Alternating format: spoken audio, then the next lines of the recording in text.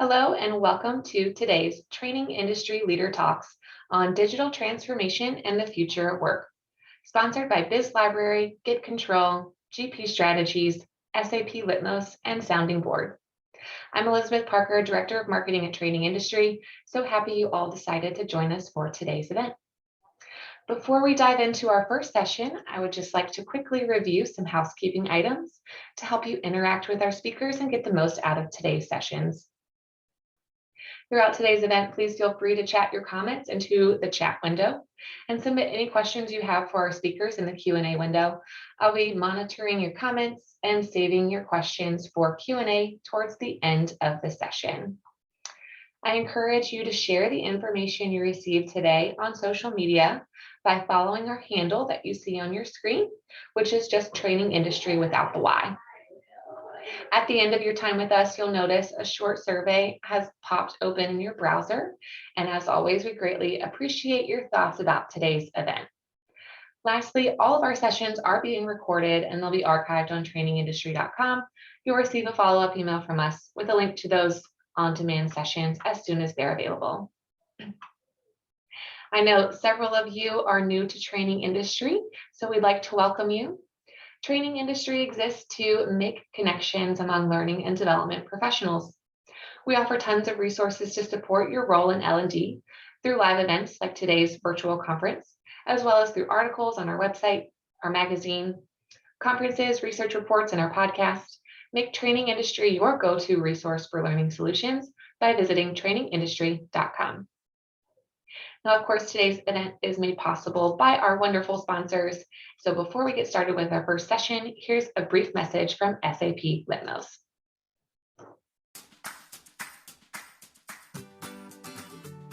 Hey there, this is Lenny, the Litmos mascot. Welcome and fasten your seatbelt. This is going to be a speedy ride.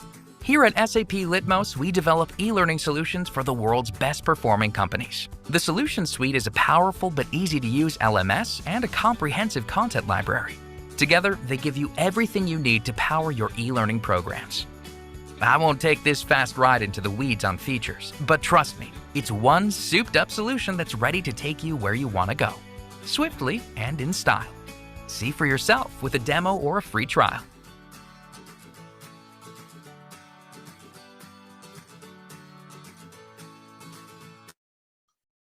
All right, and with that, it's my great pleasure to introduce you to our speaker, Samantha Lang. Samantha is the Marketing Content Director for SAP Litmos. She has contributed to B2B software marketing teams for nearly 20 years, specializing in messaging, content creation, branding, and creative strategy. She entered the e-learning industry in 2015 when she joined Litmos and continues to grow her interest and knowledge in the space. She holds a Bachelor of Arts in English from Fordham University and a Master of Fine Arts in Creative Writing from American University. All right, Samantha, great to have you this morning. Why don't you take it away from here? Well, thanks, Elizabeth. Let me see if I can handle this share screen situation. We're gonna switch over to me here, folks. Give me just a second to do that. Let's see here. Good. So how does it look, Elizabeth? Can everyone see? Looks great. We just can't see you. I am just turning on my video right now. Great. Hi, everybody. Elizabeth, thanks for that warm welcome, and thanks to our friends at Training Industry for having us today. And thank you all for joining the Training Transformation, How Digital Learning Will Drive the Future of Work. And again, I'm Samantha, and I'd welcome your comments, questions, everything throughout the session. I'll get to them at the end. So let's talk about that. I'm trying to go to my agenda here. Let's see if I can get my slides to switch. A little bit of a delay, it looks like. Trying to be patient with it, seeing if it's going to switch here. I may have to have Elizabeth run them if they're not going to progress. Sorry about this, folks. Yeah, Samantha, let me just go ahead and share for you. Yeah, it doesn't seem to be There you go. Depressing for me. Thank you. Yeah. Oh, my computer. I have been having issues. That's a whole separate topic. So let's get into what we're going to talk about today. So these are sort of high level areas that we're going to focus on today. So starting out, we're going to talk about business agility in these uncertain times. And I think we can all agree that these are very unusual times. And so we're going to kind of talk about that and then flow into what is training's role within, as things are in the status quo, and why is training's role within that more important than ever. And then we're going to talk about the training transformation. And what I mean by that is the training transformation within this broader digital transformation, which of course is the umbrella topic for the training industry conference today. And what is the training transformation within that broader digital transformation? And then we'll talk about some transformative learning technologies. And of course, we're entirely biased at Litmos, but we'll talk about what technologies have become available as part of that larger transformation. And then as discussed, we'll try to leave some time for discussion and Q&A at the end. I'm going to try to keep this to about 30-35 minutes so that since we do have such a nice big audience today, we'll try to leave a good amount of time at the end so that we can discuss and interact and talk. Next slide, please, Elizabeth. So this is not going to be a depressing session, so don't worry when you see this. I don't want to see people dropping off right now like, oh no, this is going to be the most depressing session ever. No, not at all. It's actually very positive and optimistic, but we also have to acknowledge that we are presently experiencing and emerging from an incredibly transformative time in history. And I don't think any of us in our lifetimes thought that some of these things that we have experienced and are experiencing would be going on. And of course, these things, and again, I'm not going to go through the bulleted list there. We all are very familiar with them. But how do they affect? They, of course, affect businesses, and they affect the way we do business, and they affect us on a personal level too. And we're going to kind of talk about both of those in today's talk. But I'd like to read the quotation that's on the right side of the slide here from Forbes, because I really think it's a great question. And I'll just read it. Keeping one eye on day-to-day operations and another on the next global crisis is a delicate balancing act, not to mention exhausting. How can organizations cope? It's one of the big questions we're going to be talking about today. And also, as I said, we're also going to be talking about, like, how can you cope? How, as a professional, how as an individual can you cope? So to the next slide, the answer is adaptivity. And the answer is not just adaptivity, it's adaptivity, adaptivity, adaptivity. And, because this is not a buzzword. This is a reality. And before I go into the rest of this, I should say that I will be using the words adaptivity and agility interchangeably today, because I don't see a lot of difference between the two terms. I see both of them thrown around. There may be some nuanced, someone can chat in or tell me but there may be some nuanced definition between adaptivity, agility, flexibility, but you get the idea, you get the concept. It's this idea of being able to pivot on a dime. So maybe 2 years ago, maybe around this time in 2020, you would be like, oh yeah, adaptivity, blah, blah, blah, agility, blah, blah, blah. We're going to be through this thing in a few months. Well, we all know now that that isn't the case, and that this is now, again, it's not a buzzword. It's truly it's a reality, and it's a requirement. So it's, I love this. Again, I'm pulling all these quotes from Forbes, but the idea that it's, that successful businesses are not going to be so focused on, predicting things in advance, but it's being able to adapt as events unfold, which is why I'd like to make the point that we talk a lot about a future-ready workforce, and we use that term. And SAP Learning Technologies portfolio, we use the term future-ready workforce in our messaging. which is fine and good. And it is, and you need to be future ready. But I'd also like to ask the question of everybody today, what about being presently ready? And how, and it seems a little paradoxical to say, well, being presently ready also means being future ready. And what does that balancing act look like? Because in order to be future ready, you have to be able to answer some of these questions that are on the slide to be presently ready. So how are people working best today, right now? And what are you doing to enable that from a learning perspective? What systems and processes are in place right now for moment-to-moment success?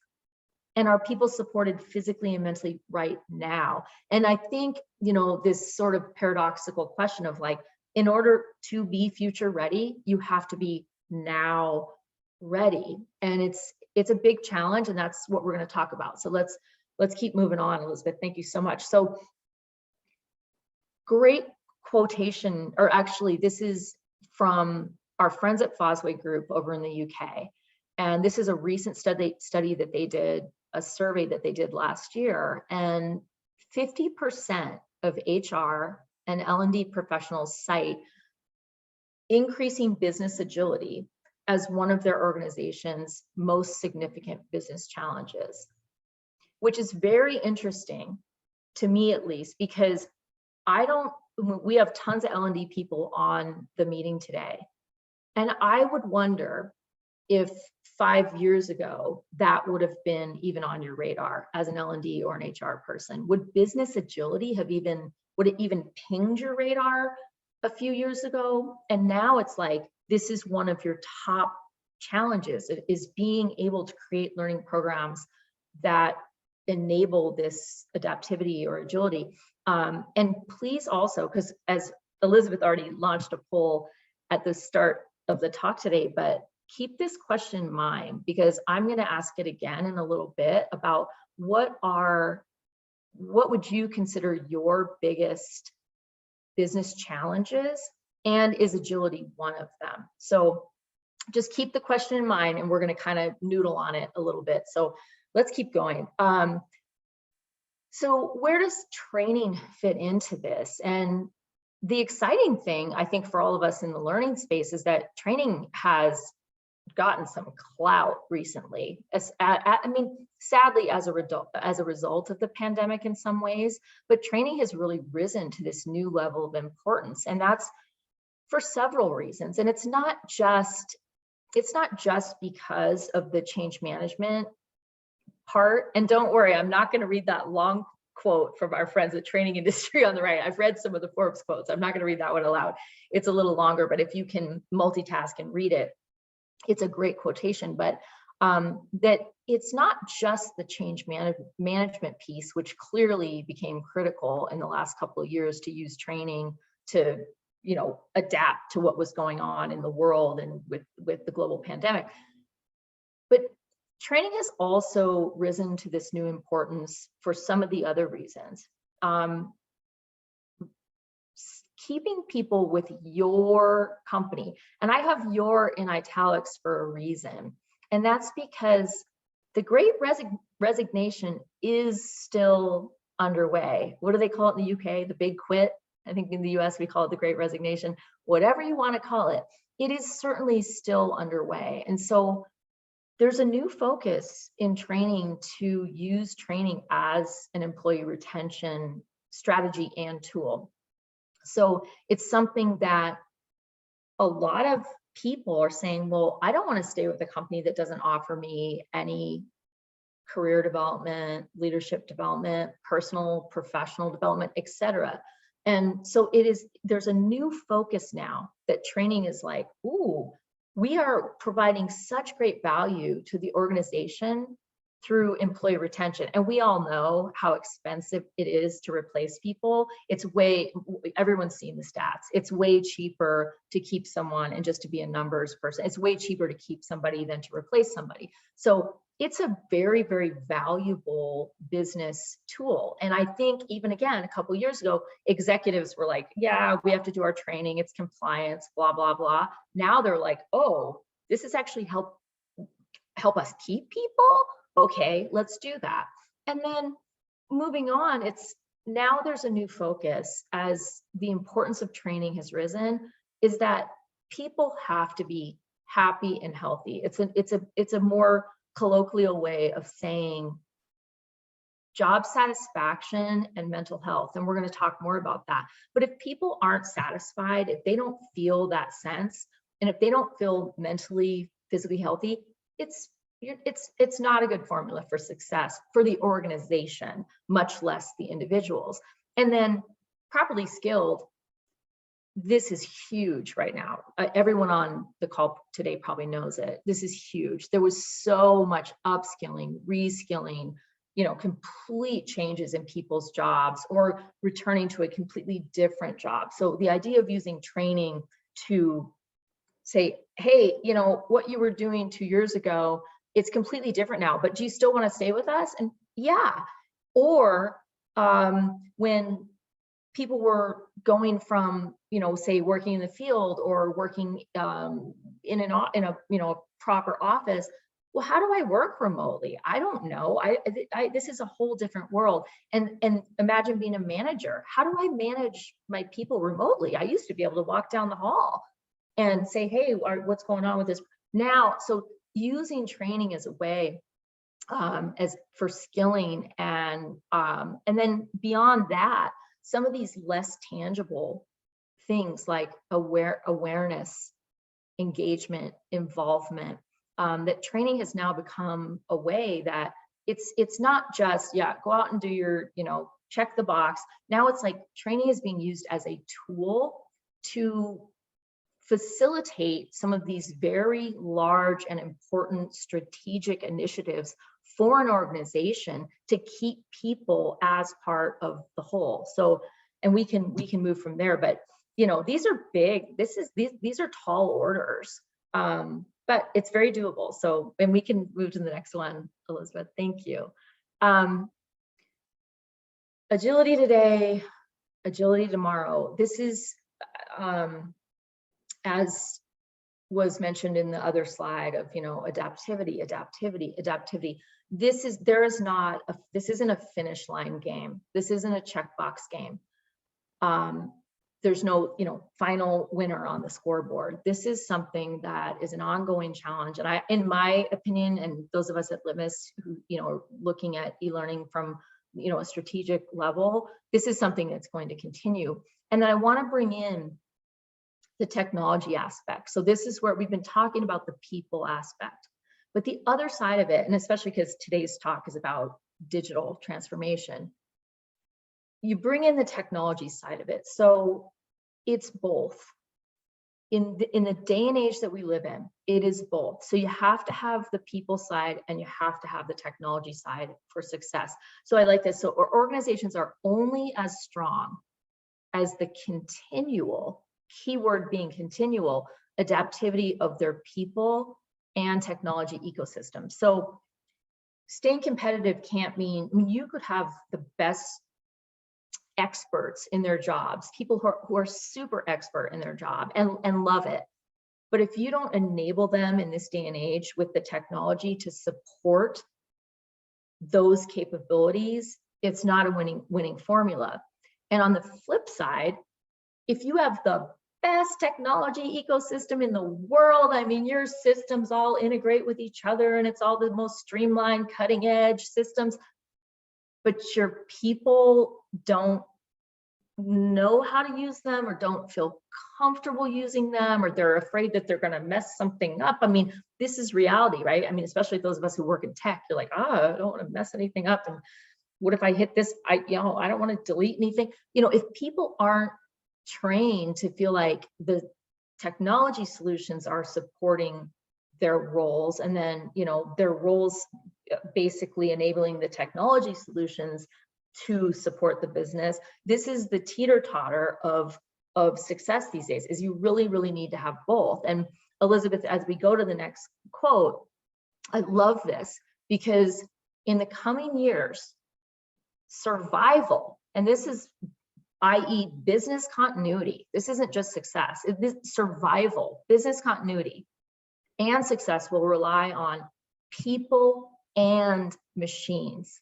that together achieve excellence in creativity, agility, there's one of our words, and collaboration. I won't necessarily read the rest of the quote to you. You can take a moment and read it, but this is the reality. It's the combination of humans and technology that is the promise of digital transformation. And then let's talk about it in the context of training. Yay, a poll. Okay, let's launch this. I love these. I love seeing what everyone's going to say. So I asked you before to think about what your most significant business challenge is. And in this particular poll, we only want you to choose one, because we really want to see what like the top, what's your main one. And you can do the one that we were just talking about. Is it agility and adaptivity, or is it some of these other? Take a minute. I can't wait to see the answers here.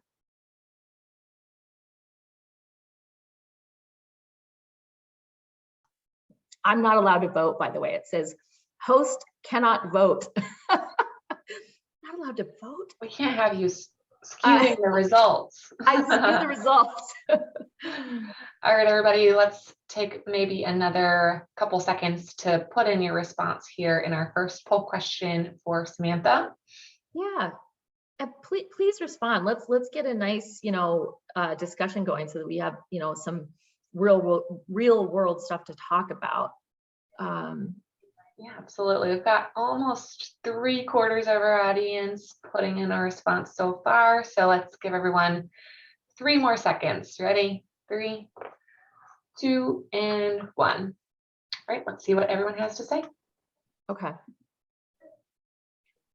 Okay, so very even divide. Elizabeth, can everyone see the results? Everyone can see the results, yes. Oh, good. Okay, good. So I don't have to describe them in great detail. Wow, interesting, between the 24%, 23%, 22%. So the agility and adaptivity is less important. And I know, because that's a tough thing. And it's like, how do you define that too for your organization? How do you say, I'm supporting agility? It can be a very sort of nebulous idea. So, okay, yeah, improving, measuring, and this is the holy grail of L&D, right? Measuring, and measuring learning outcomes. We've done so many sessions on this, and things are getting better. The analytical tools are becoming better from a technology standpoint. That's a huge challenge. Get it? That's not that surprising that that's actually the biggest one. Yeah, organizational performance, it's related, because again, how do you measure that? And that's something that I know is another kind of holy grail of L&D, is like, how do you measure it? Learner satisfaction, engagement. Oh, yeah, there are ways to do this, and we're going to talk a little bit more about those. So I hope those of you in that 22% of improving learner satisfaction and engagement, there are great technology tools to help do that. Implementing more effective learning technology. Well, my goodness, we're here to help. The Litmos team is here to help. You can follow up with us at the end. But interesting. Okay, so that's really interesting, and actually somewhat not surprising. So good. Oh yes. Sorry, I went off on a tangent. We're supposed to be talking about digital transformation, and we are. So let's keep moving. So I don't think that you can talk about, digital transformation at large organizationally without seeing training these days as being sort of a subcomponent or a category of digital transformation, because as we've already discussed, training is absolutely essential now to enable an organization to true success. So training transformation is part of this larger digital transformation, which the digital transformation is absolutely undeniable. I mean, I don't know what planet you would have to be living on to not see the reality of the digital transformation. So let's do a little bit of a history lesson here. It won't be too boring. So I was doing a little research on the term So the term actually entered the business lexicon around 2010. And I read some different things, like some people say it was exactly 2010. You know, there's a little room in there for when it technically became a term. But, you know, 12 years in technology years, it's like dog years or something, like 12 years in technology is a lot of time. And all I would say is, like, think about what phone you were using like 12 years ago. You know, I don't know. It didn't look like this one, you know. Oh, you can't see it, because I would, you know, 12 years ago, my phone was probably like, I don't know, my phone was probably like this big. I don't know if you can see it, but I probably had to hold it with two hands. But so a lot can happen in 12 years in technology. And so we know that things are just moving incredibly rapidly. So flashback even further, and there was this term called transformative training that was introduced in 1999 by author, educator Peter Drucker. And he was talking about transformative training back then, when the term digital transformation definitely did not exist yet. And so my sort of question and thing I was thinking about is, like, where do these things converge? Because the concept of transformative training is very, very interesting. It was talking about, you know, kind of going from skills-based training to having people, you know, drive more toward like this knowledge-based experience where they can actually apply what they know. It's not just, you know, rote learning. And my question is, where do these two worlds converge? So where does transformative training from 1999 originally, and this idea of digital transformation, which is technology driven, where do these things converge? And what I would say is they converge right now, or in the last couple of years. It's, you know, technology has had just this massive impact on training, and it actually drives the idea of transformative training forward in a way that Drucker could never predict. He would never have predicted the effect that technology was going to have on training. So, and we can keep moving forward, but it's just a, you know, and I don't have all the answers on this. It's a really interesting question to talk about. If training is truly to be transformative, which I believe it is, and I know probably most of you here with us today believe it is, that it is transformative. You know, you can't stay stagnant. People can't stay in the same place. We need to be continually learning and transforming. And technology has just sort of accelerated that idea. So, you know, simple statement, there's no going back in time, obviously.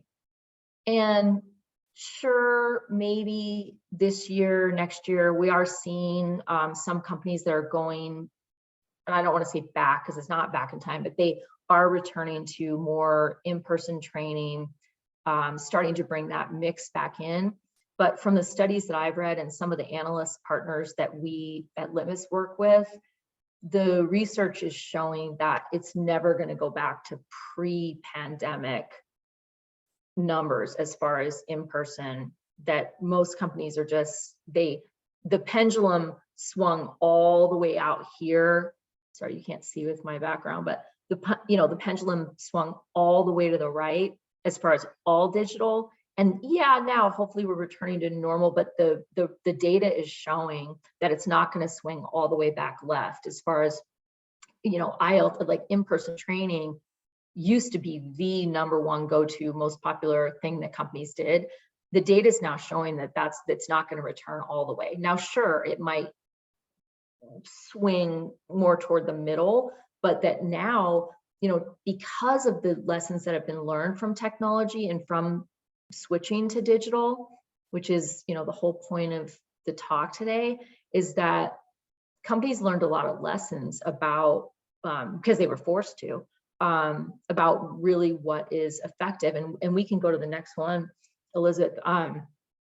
So, and this is more, you know, as a sort of a consolation, because I've talked to different, Litmos customers and, people in different L&D and HR roles. And they're like, we're not there yet. We've just, we only just launched our e-learning program, or we're just barely launching our e-learning program, and, pump the brakes. We're not ready to go fully, all the way, and we're still navigating these rough waters.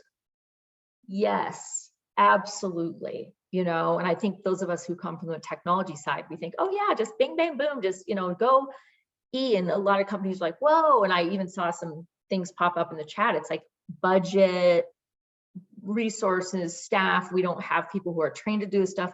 Yes, absolutely. And again, I will say, we at Litmos are here. Yeah, I'm seeing some stuff pop up about investment and budget, and absolutely.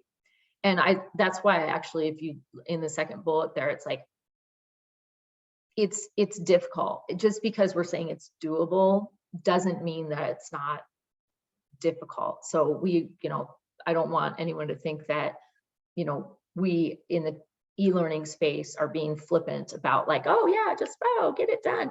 No, it's, of course, this is a process. And I just wanted to say that as a consolation, that if we can think back 2 years ago, that the new normal did happen very, very quickly. We have Litmos customers who are amazing, who went from turning, a blended program that had tons of in-person training to 100% digital in like a very short period of time with large numbers of learners. And that's remarkable. So it is doable. And the technology is there, but I understand there are other barriers to making the switch. And so maybe for some organizations, it doesn't need to be that fast, and that's okay. But during all of the things that have been going on, what we have heard, and to look at some of the bullets here, as various organizations have been going through these different growing pains, that's probably not the right term, through these transitions, is that from various feedback mechanisms, whether those were surveys or just anecdotal feedback, is that a lot of organizations actually heard from their learners that they preferred e-learning. They liked it, and they were like, yeah, I don't want to have to go get on the plane and go stay in the hotel room for 3 nights and leave my family and and leave my job. I mean, although training should be part of your job, but that whole separation thing, and I don't really want to do that, because if I can, if I can do it right here, if I can do it on my phone, and I can do it from the coffee shop, or I can do it from the bus or whatever, I'd rather do that than have to, go and have this whole separate experience that's called training. So many organizations really have been kind of swallowing that pill of like, wait, people actually like it. And then there was a big concern, and again, from L&D people that I've talked to and HR people, there was a concern that outcomes and retention and so forth and applicability of learning was not going to be as effective from e-learning versus in-person. Again, came back, real results, totally as effective, if not more. And I say if not more because there's an ability with e-learning that, you can just go, again, I'm going like this because it's like the phone gesture. You just go look up, okay, I can go do that 5-minute course again if I need to. Whereas you can't go fly back to the conference room, and you can't call up the instructor, so there's this reinforcement aspect of e-learning that makes it that the outcomes are actually really, really good. At Litmos, we call them boosts, I think, which is like you can text somebody a quiz, you like, okay, yeah, let's reinforce that learning. Whereas if you went to an in-person training, what are you going to do? Like go dig the binder, the big paper binder, you're going to go dig that out of your files and be like flipping through paper to find the answer? Probably not. So there's this reinforcement and outcome thing that's really positive with e-learning. And I'm sure most of you, are probably experiencing that to some level. And then very, very obviously significant cost and time savings where companies were realizing, well, okay, wait a second. So we have to buy everybody an airline ticket. We have to get everybody a hotel room. We have to pay for all the food. We have to, that sure, there is an economic, outlay for software and technology. It's not free. Of course, it's not free.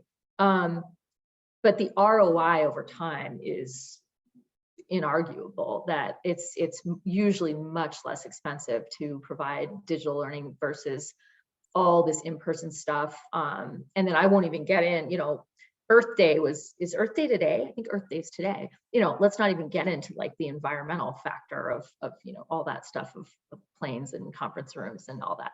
So, and the most important thing through all this of the lessons that were sort of learned is that it is, again, it's meeting and delivering on the promise of this transformative training, which is like the end goal is help people perform at their best, help people perform at their highest level. And transformative training, digital transformation, these are ways to get there. So, and we can move on. I've just absolutely beat this horse to death on this one. So, we can move to the next slide, Elizabeth. Okay, so training for transformation is actually the Litmos tagline, and I'm proud to say that it's our actual tagline, and because the idea of training now having risen to this new level of importance within the organization, which is fabulous, long time coming, that finally training is sort of getting its due, and that has been through some of the things that are here and that are going to be, they're important now, and they're going to continue to be very, very important, which is shifting to some of these new transformative critical training initiatives. AI, I'm going to talk about AI just in a second because it's too important not to talk about. So AI recommended learning, and it may sound scary, but we'll talk about it. We've already talked about reskilling and upskilling, absolutely critical right now for any training organization to wrap their arm. And I'm not saying it's easy to wrap your arms around, okay, how do we enable people in this role to change to this other role? Or how do we enable someone in a role right now to go to this different level in that role? And it's totally industry specific, it's totally business specific. So again, it's complicated. No one's saying it's easy, but it's very, very important. Health and safety protocols, I probably don't even need to go into. There's never been a bigger need for health and safety training. It has to be part of your program right now. And that's both in person. We offer courses. We've been offering hand washing courses. Stuff as basic as that, but it's also more complex. Like, how are you going to keep your workforce healthy and safe in this new environment that we all live in? Mental health, well-being, also never been more important. 5 years ago, I didn't know a company that was doing it. Now, it's not a nice to have. Most progressive, high-performing companies are seeing mental health and well-being training as being top of the list, because people cannot do their jobs if they are not mentally, physically sound. You're not going to get, performing people. DE&I, and I know I've got to move through this a little bit quick. I know we're running out of time. DE&I, again, a couple of the analyst firms we work with, DE&I is actually rated #1 in some major organizations, their #1 training priority. We all know why. We all know what's going on in the world. This is essential to have an inclusive culture, to have everyone involved, and you train for it. And there are some great, courses available. There's some really cool like bots and stuff that are available that you can train people on, saying, hey, we have to build a more inclusive culture. It's not baked into the cake. And then that kind of ties into this, like, sharing a singular purpose thing. Like a lot of companies now are saying, let's train around the mission. Let's train around the culture. What are we about? And that should be something that someone, yeah, you need to go take the course of what do you have a purpose. Your job has a purpose. The company has a purpose. Where do you fit into that purpose? And so these are some of these new, critical initiatives that are really exciting and are really positive. And as I said at the beginning, this was not going to be a depressing talk about uncertain times. These are really positive things and positive changes in the world and in business cultures that we can do, and it's all changing for the better. So I know I have to keep moving. I know we're supposed to get to questions here. So, okay, very quickly, I'm not going to bog everybody down with a really nerdy talk about artificial intelligence, but I will say that it's, we all have experiences with AI in our personal lives, whether that means, it's your Spotify feed that's kicking songs to you that are like, oh, you like that song? Well, you're also going to like this song. Your Amazon, account. Oh, well, you bought that. So you're also going to like that. That's AI. I mean, in a, oversimplifies, but this is happening in the learning world as well. So it's, in the learning world right now, the problem isn't not enough content, the problem is too much content where people are having to dig through and it's like, is this even current? I don't know. Does this apply to me? Should I do this? What the AI recommendations, and we have this in Litmos, and by the way, trying not to be salesy, but this is available in Litmos right now. Making personalized recommendations to people based on their role, what courses they've done before, what they've shown interest in, is a way to really hone down to say, okay, let's keep building on that knowledge and on that expertise and feeding people what they need. And so again, we have an AI recommendations engine, which is awesome. And I won't bore everybody with all of it, but it really is an amazing real-time recommendation engine. So let's keep going. Okay, I know I'm running out of time. So if we're talking about digital transformation, and if you're either already in the e-learning world, you're just maxing your LMS out and it's awesome. It has to be mobile first. Not going to beat that drum because everybody knows it. Needs to be integrated with other systems ideally. The most easy example of that is CRM and e-learning, but it can be e-commerce and e-learning, it can be HRIS and e-learning, it can be, web conference, whatever. It's easy. I shouldn't say it's easy. It's very doable. And like, we have tons of out of the box integrations, APIs, etc. Have it integrated. It doesn't need to be, the learning system doesn't need to be a little island. It can be built, integrated with other key systems. Gamification, you all know about it. Things like video assessments, these kind of cool digital transformation learning capabilities where someone can have more of like a social media experience where they upload a video of themselves of, doing the sales pitch or doing their customer service resolution process or what have you, that can be uploaded to the LMS. The manager can review it. There's also an AI capacity there where in Litmos, for example, there's an AI review of a video upload where you can customize how you want people to practice certain things. It's super cool. Off-the-shelf content, no brainer. Don't create stuff that already exists. No reason to reinvent the wheel on content because it's out there. So I, again, entirely biased, but I wouldn't spend my time creating something that already exists.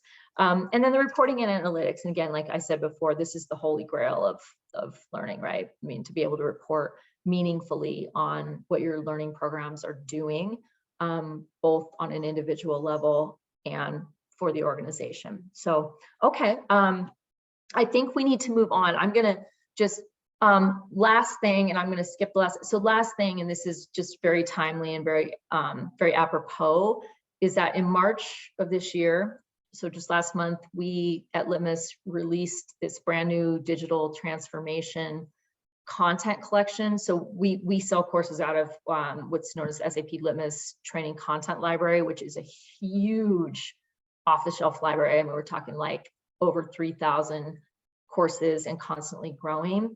And so this collection just came out, and we didn't have enough time to get into tons of detail today, but there's these really cool courses about, digital reluctance, digital change management, innovation, disruption, all these things, super cool. And just as a note, you do not need to be a Litmos customer to get this content. You can use it with any LMS. So talk to us if you're interested in this type of content, because it's really cool to bring your people kind of up to speed on some of this digital transformation stuff if you feel like that's necessary. So, okay, we have tons of interaction and I'm basically out of time.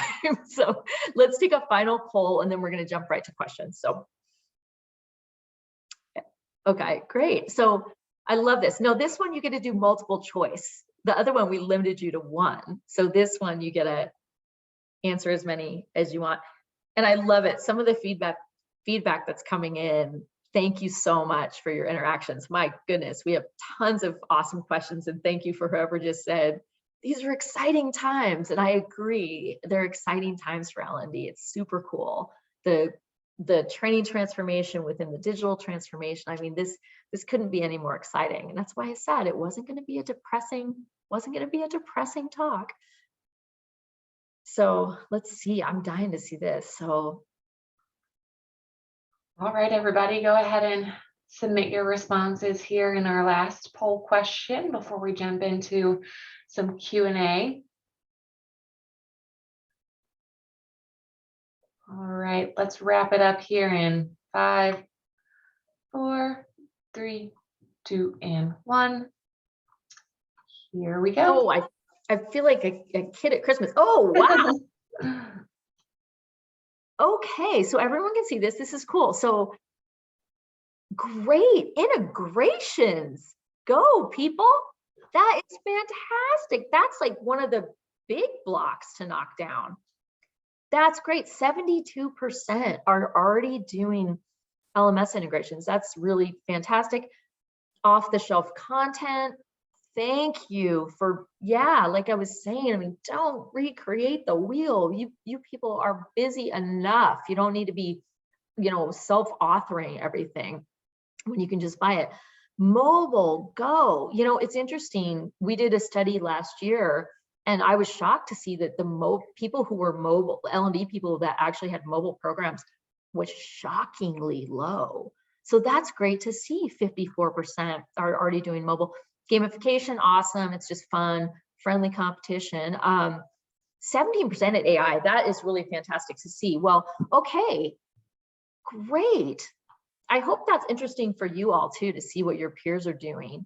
So cool. All right, I'm gonna, you know what, Elizabeth, I'm gonna keep on going. We don't have time to get into this. This was outside of, and we can just leave it on this for a second, which is, this idea as we get into questions, that the outcomes, and our friends here at Training Magazine, the outcomes of the training transformation as sub to the digital transformation is that it's about improving employee productivity, aligning training and corporate strategies, which we're all trying, everybody's trying to do that. This is super awesome. People are trying to align training with the larger corporate strategies.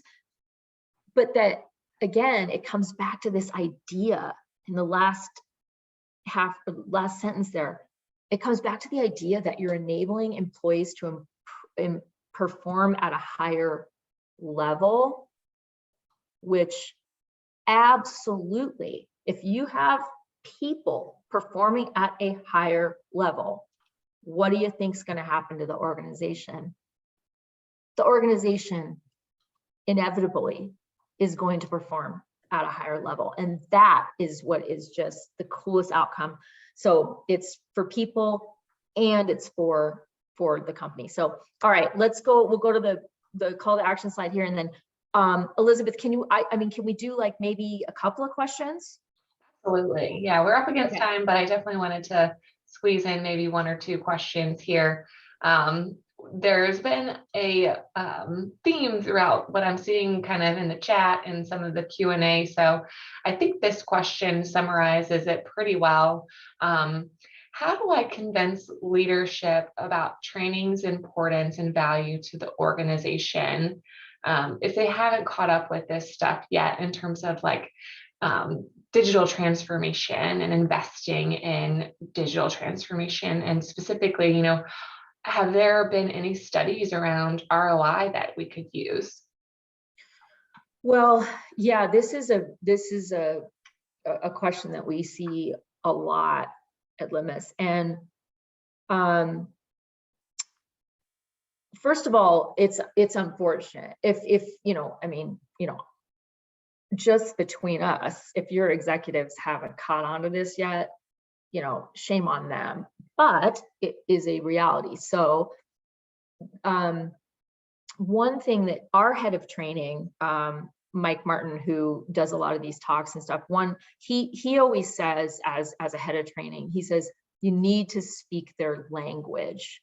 So for a lot of L&D and HR people, they're like, oh, I don't want to go in there with a spreadsheet and this is what but unfortunately, one of the best ways to convince the sort of C level, if you will, or the executive level of the importance of training is that you do need to speak their language. And it's painful for a lot of us who don't really like grinding over spreadsheets, but it's probably the best way to do it is figure out what some of those metrics are for your company and be able to, you know, kind of march on in there and say, look, you know, these are the courses that we are running. Here's the impact that I am measuring. And again, some of these analytics can be done automatically in your LMS. You know, these are the outcomes that we're seeing. So we've seen that salespeople, just example, salespeople that did this training on said product suite, the salespeople that did that training, here's where their numbers are. Here's where their sales numbers are. The ones that didn't do it, here's where theirs are. Stuff like that. And again, it's way too complicated. It depends on your company and your particular desired outcomes, but you do have to speak their language and go in there and say, this is a direct impact on the success of the business. People's performance affects the business performance. And hopefully that answers the question.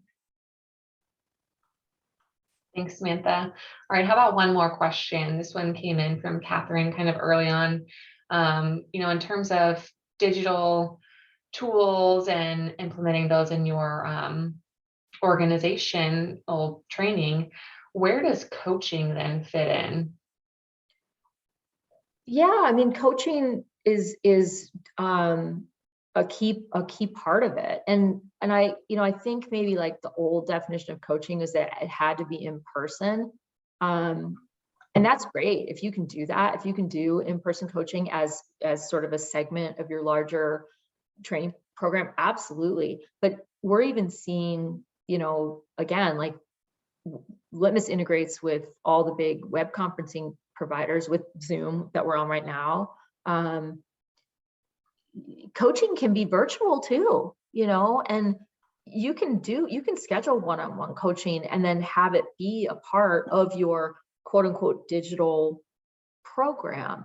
So yeah, I mean, coaching is absolutely a huge part of it. And then also, you know, when you're thinking about sort of the comprehensive idea of like, if someone does let's say someone does an e-learning course, that can be followed up by coaching. The coaching can be really in the learning path. So if the path, for example, that segment of the path is doing a course, and then there's a coaching piece that's a human one-on-one piece after that, and then maybe there's like a quiz or a boost or whatever after that, and then there's another course, and then there's another coaching. So coaching can absolutely be woven into the mix. Wonderful. Thank you, Samantha. We are out of time for questions. Want to give our audience a little bit of a break before I go to the next session, but thank you so much for being with us and answering these questions. and delivering a great first session.